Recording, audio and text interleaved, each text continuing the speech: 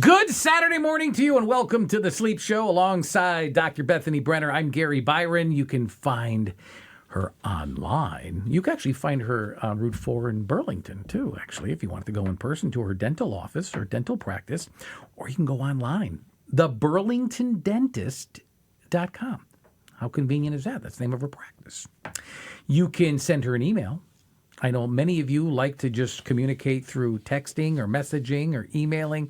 You can do that at drbrennerradio@gmail.com, BRENNER, drbrennerradio@gmail.com.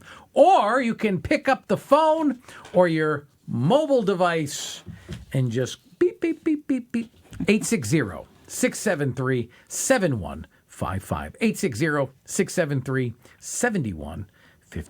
Well, good morning. How are you this morning? I'm good. How about yourself? I'm so far so good.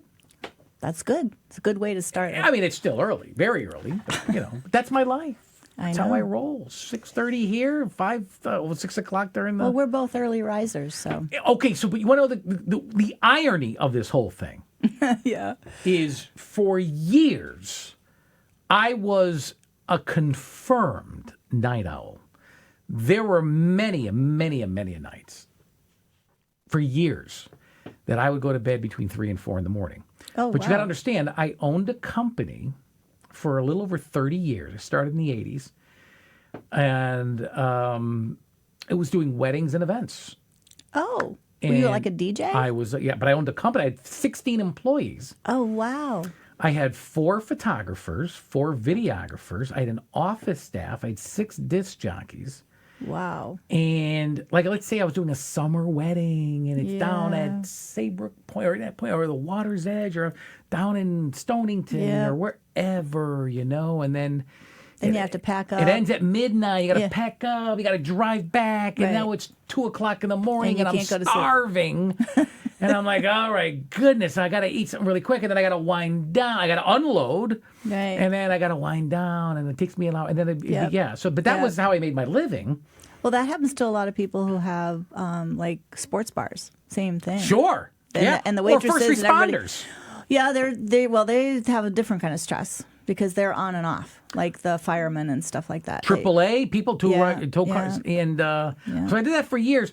I'm literally getting up at the hour that I used to just be hitting the sack.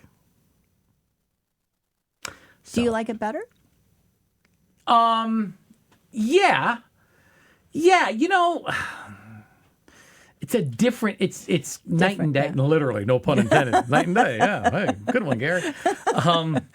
That's okay. But it's so different. There's pros and cons to each. There's probably more pros with being an early riser. Okay. Well, it gets you back into a more normal circadian rhythm. Correct. So we go back to being healthy is better if you can kind of get up with the sun and go to bed when it's dark. But we know that the world doesn't operate like that. Yeah, no, that's very true. Even during the week, people would be like, "Well, that's weekends. What about on a Wednesday night or Thursday? Tuesday night? You had events all the time. Well, yeah, on the weekends, but I was booking weddings not at noon on Wednesday. They were working. They got to pay for a wedding. I was meeting with clients in the evening, and there'd be times I wouldn't get home till 9:30, 10 o'clock, and I'd be eating dinner. Yeah, and then I'd still go to bed at maybe 2 instead of 4, So right. It was bizarre, and I did that for till I got elected into the legislature. Yeah, well, a lot of restaurant owners work the same way because they stay up late. Well, they have to close out their books. Right. They do all this other stuff at the end of the day, and then they have to set up for the next day when they come in, and then you don't see a lot of those people who do dinners do breakfast. Right, different shift. They're different shift, so they might do a lunch. Like a late lunch and a dinner. Some of them will cater. I mean, it's always interesting. The people in the food industry, they don't have a life either. Some of them really work almost 24/7. Oh, boy. The good old days, Gare. Well, you're young and you think, I can bounce with everything. And then you don't bounce so well when you get into your 40s and 50s. Oh, my goodness. I just had this conversation with somebody this past week. I'm like, They're young, and I'm like, you don't even know how good you have it. I could, like, on my way back from a wedding, I could, like, be starving, stop at one of those 24-hour McDonald's, get 2 Big Macs, a milkshake, large fries, and go to bed, which is terrible to do it, a couple hours later. And I used to have a 29-inch waist. Oh, wow. Now, I can't tell you the last time I walked into a McDonald's, let alone eating anything there. Yeah. And I try not to, and we've had this conversation, I don't eat past 8. I actually shoot for 7. Sometimes that's possible. That's certainly, and if I still haven't eaten by 8 o'clock, I just won't eat. Yeah. So 8 o'clock really is my demarcation line. But that's I'm hard. eating much more healthy, and I have a 35-inch waist. So that's sometimes 36, depending on the pants. Everybody's a little bit different, I guess.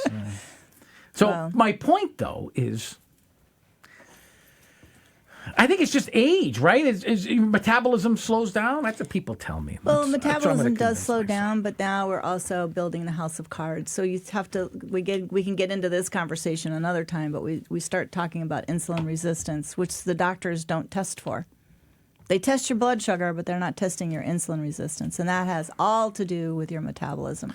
You know what I learned from you is everything is so interconnected, how one thing could have something to do with something completely different, like grinding your teeth. Right.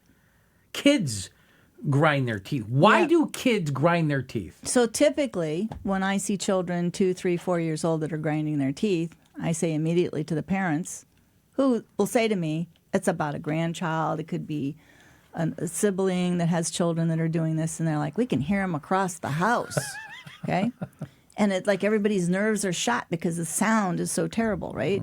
And I say that's an airway problem.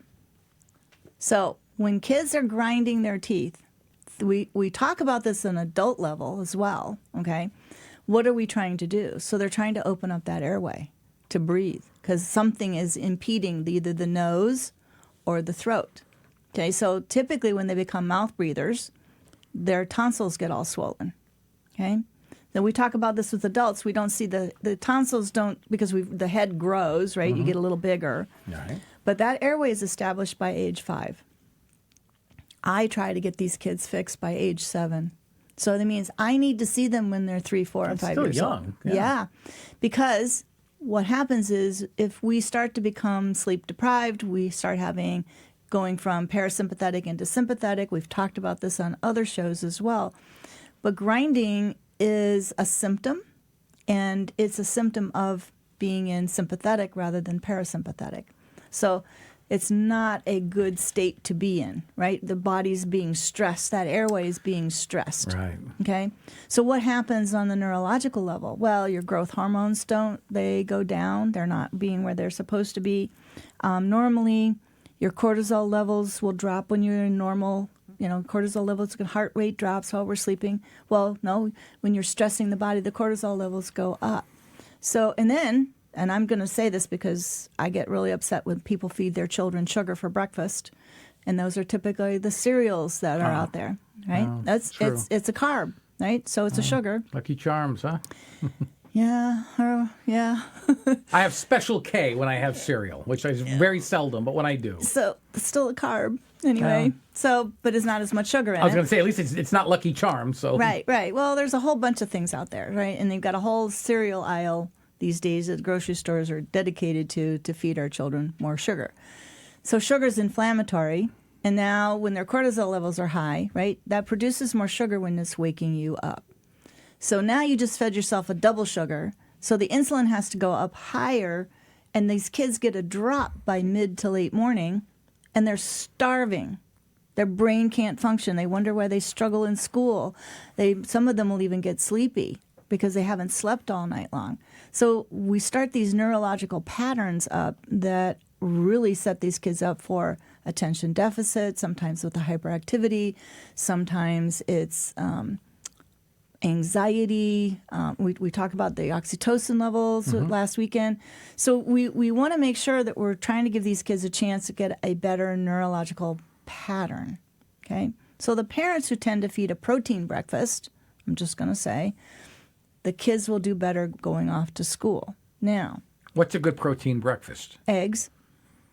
There's your protein. Okay? You can have It's funny because I can remember years and years ago, there were comedians that would talk about what they could feed their kids for breakfast.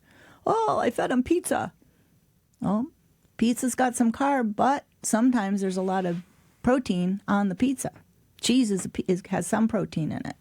The meats have some protein in it. Could you feed them bacon and sausage and eggs? Yeah. My grandfather worked in the steel mills. He ran a steel mill in Youngstown, Ohio.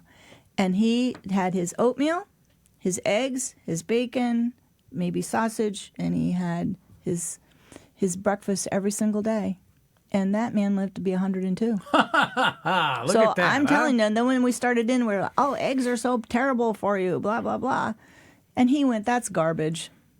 Now, the eggs that were raised in those days, we didn't put hormones in the food.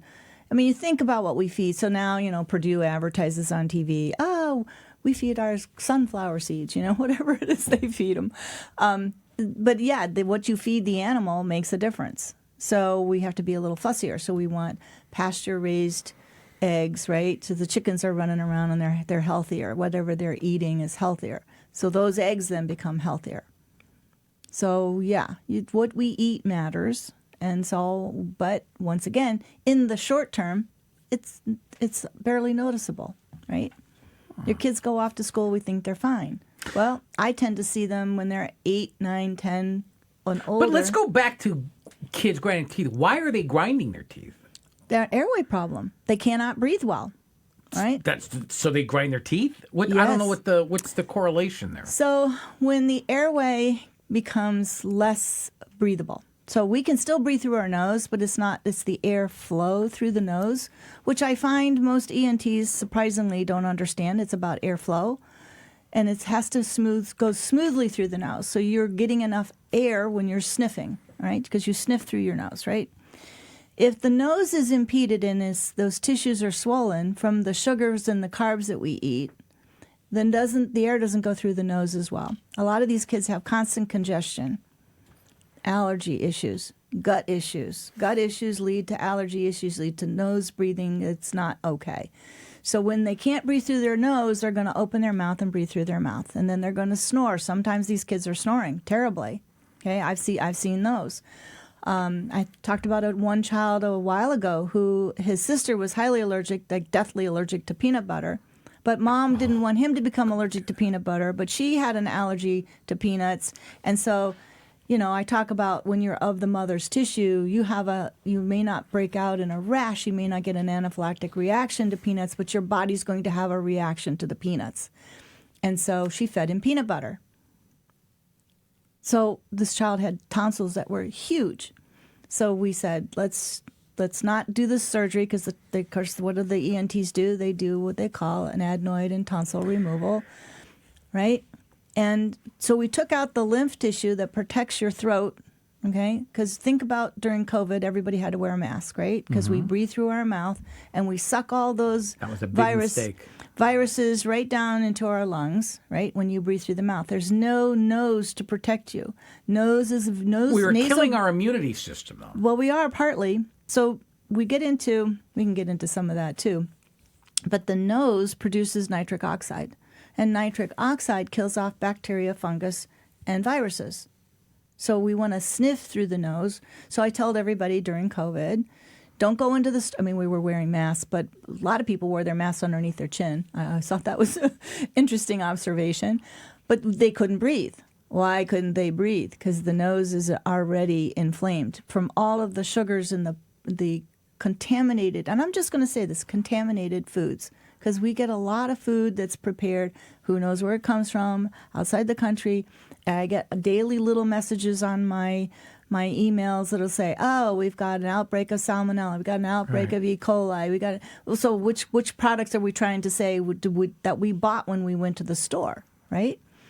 So if we're eating whole foods, if we're not eating processed foods, no chemicals in it, so think about all the chemicals that they put in processed foods. And people say, it's really expensive to eat organic. It's really expensive to eat the better meat.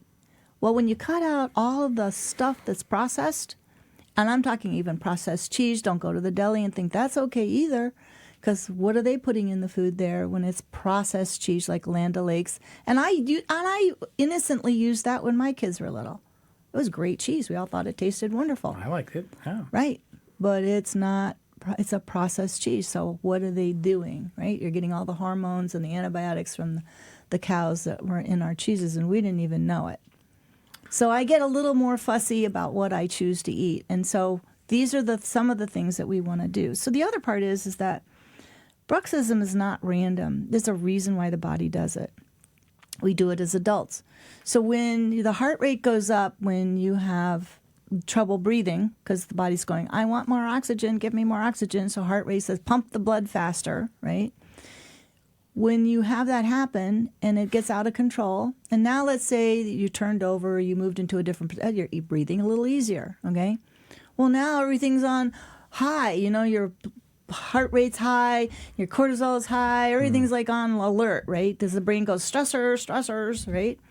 And when we do that, now we need to calm the system down. We do that through grinding our teeth, which releases brain endorphins, and the brain endorphins go and say, oh, we need to calm all the system down, okay?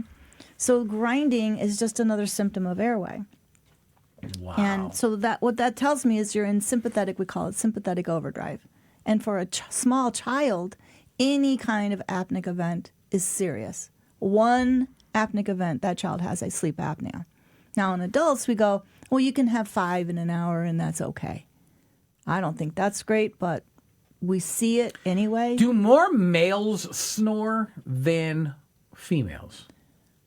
At what age? Oh, any age. Okay, so in general. When women hit menopause, okay, and then it's usually in their 50s, they skyrocket into sleep apnea. Okay, now same question for grinding your teeth. Do more more males grind their teeth or more females? No, there's no statistics. I don't think that's what they're looking for. They're not. I don't see that kind of study done.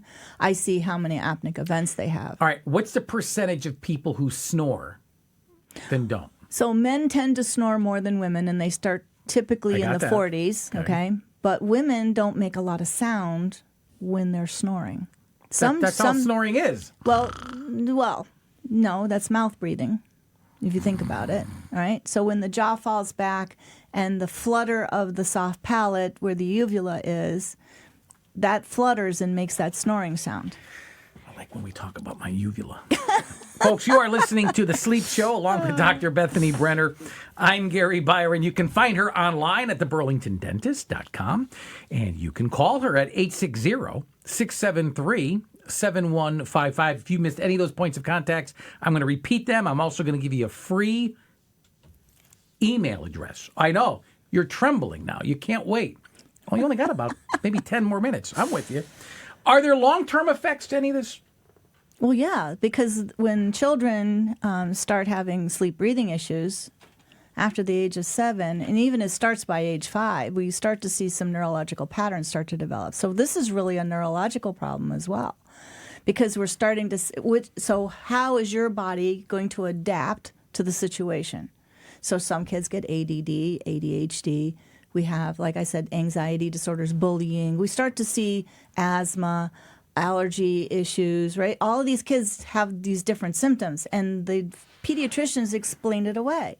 Oh, this is all normal. You just need to see an allergist. Oh, you just need to take a pill. You just need. They don't even think that it's sleep, and that really upsets me, because I think parents, they see all this behavior change, and then they're like, my kids. And I had one father who called me from New Jersey. His 7-year-old's getting kicked out of first grade.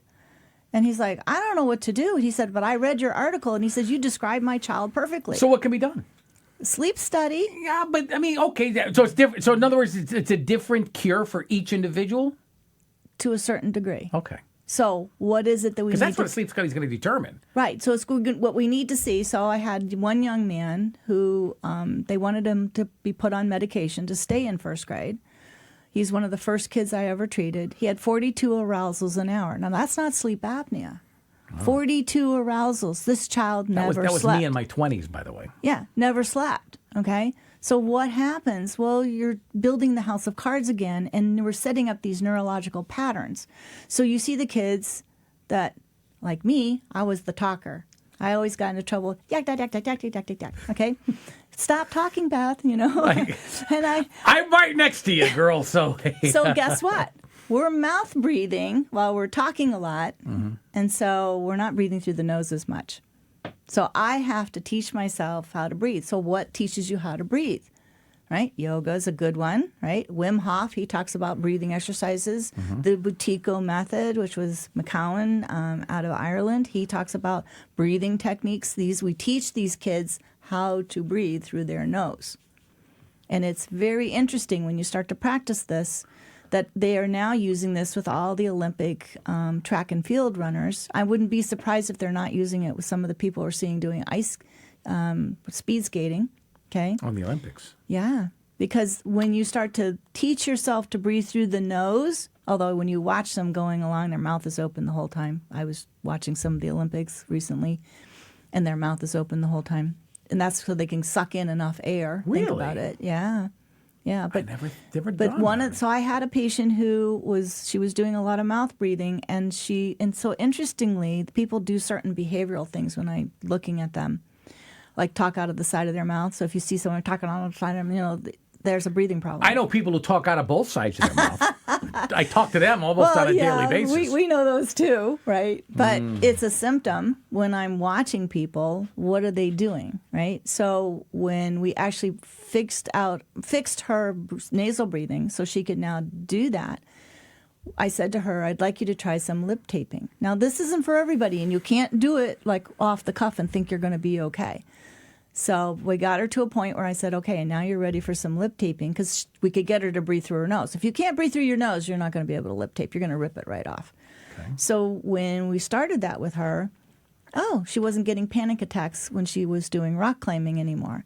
She wasn't getting panic attacks at work because she was breathing through her nose. We teach you how to breathe through the nose so you don't lose that function, because the nose has a lot of functions to it. 200 to 300 functions are associated with the nose. Wish we knew this when we were kids. Well, you know what? None of us knew that. Except that. Think about it. If you sat at the dining room table, my grandparents were sit up straight. No elbows off the table, sit up straight, right? What does that just do? We opened up our airway. Better posture, too. Better posture, you get better breathing. You get deeper belly breathing, not the little tiny upper rest. So think about it, right? So try to lean over and try to take a deep breath. You can't do it. Okay? So I watch people in sports. The interesting part was she was running on a treadmill. She went longer on the treadmill with less lactic acid buildup because she's breathing through her nose. These are the little funny little things that we start to see, which is why track and field is saying lip tape during practice, okay? So they're teaching their runners to learn how to breathe through the nose. I'm seeing it with the bicycle people that do like the Tour de France. They're starting to train with keeping them. Yeah, exactly. Not everybody, but they're out there. Wow. So the neurological patterns that get set up at a young age, I can't undo that. We can minimize it. We can kind of get them so that they can function better, okay, when we get their airways opened up when they're teenagers or adults. But some of those neurological patterns, if you're an ADHD person, I can't reverse that. It's already a well-established neurological pattern in your brain. Okay. But they will get better sleep. They will have fewer sleep apneic events. Does that make sense? Yes, it does. Okay. It would make sense, too. So sleep apnea in and of itself won't kill you. It's like 1,000 cuts. You're just going to die slower, in a different way. We just don't know what autoimmune issues you're going to get, what cancers you're going to get.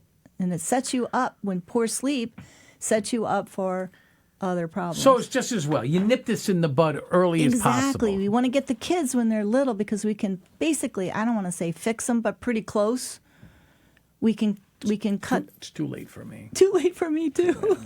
But we do things so that we sleep better, levels. Right? So I do things to mitigate my sleep apnea. So I didn't even know I had it until I started training on this. Because remember I told you, my brother's like, I put my CPAP in the closet. You need to fix me. I'm like, I don't do that. He's like, hurry up and learn. And I'm like, oh my gosh, right? But I had no idea that I had it. I would have told you I sleep great. So it's hard to know who has it and who doesn't. Yeah, and I don't want to confuse the two. I sleep great. Now, you can say, Gary, you barely sleep at all. I sleep 4 to 5 hours, well, during the week. You sleep more on the weekend. Yeah, the weekends, I probably sleep around 6.5. But it's good sleep. I'm in a deep sleep. Yeah, that's the thing that wearing some of the Oura rings will help you with. You can see how your oxygen desaturation Do those is going. really work, though? Come on. They'll give you an idea. They're not perfect. They're not a sleep study, but they will give you an indicator. Okay, so those are, I think the Fitbits, no. The smart Apple Watches, no. But the Oura Ring, yeah, that's a pretty good device. Do you have one? I do. I almost bought one. They're expensive. Yeah, well, then you got to set for the monthly membership. Yeah, right. And I'm like, I don't want like a subscription. Yeah. Like, I don't want that. Yeah, yeah. But that's what tells you what's going on. Wow. Imagine that. Yeah, it's fun. Yeah, well, it's intriguing. Every time we do this show, I learn something new. That's the beauty of this show here. Well, so I tell people who want to invest in an Oura Ring, and I have some people that get obsessive. Like I have a Fitbit, and it tells me exactly, and my heart was racing, and I was probably in a REM sleep. No, I was having an apnea. How do you know? It's not telling you that. The only time you know whether you're having an apneic event during your sleep is because we did a sleep test with you, okay? So you can't know that when you see a heart rate increase.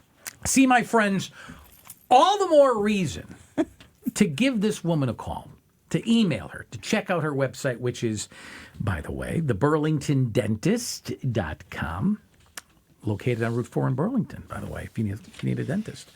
I said earlier I was going to give you a free email address. You ready? Write this down. Dr. Brenner Radio @gmail.com. Kind of distinguishes this radio show on sleep rather than from her dental practice.